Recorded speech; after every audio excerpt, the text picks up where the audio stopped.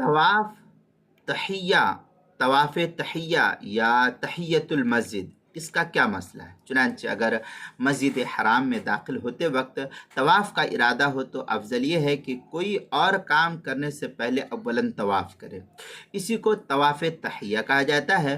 اور اگر طواف کا ارادہ نہ ہو اور مکروہ وقت بھی نہ ہو تو داخل ہونے کے بعد اسی طرح تحیۃ المسجد پڑھنا افضل ہوگا، جیسا کہ بقیہ مساجد میں داخل ہوتے ہی تحیۃ المسجد پڑھنا مستحب عمل ہے، بشرطے کہ وہ وقت مکروہ نہ ہو۔ چنانچہ اس سلسلے میں غنیۃ الناسک میں وَإِذَا دَخَلَ الْمَسْجِدَ الْحَرَامَ وَهُوَ يُرِيدُ الطَّوَافَ فَتَحِيَّتُهُ الطَّوَافُ وَإِنْ كَانَ لَا يُرِيدُ فَتَحِيَّتُهُ الصَّلَاةُ۔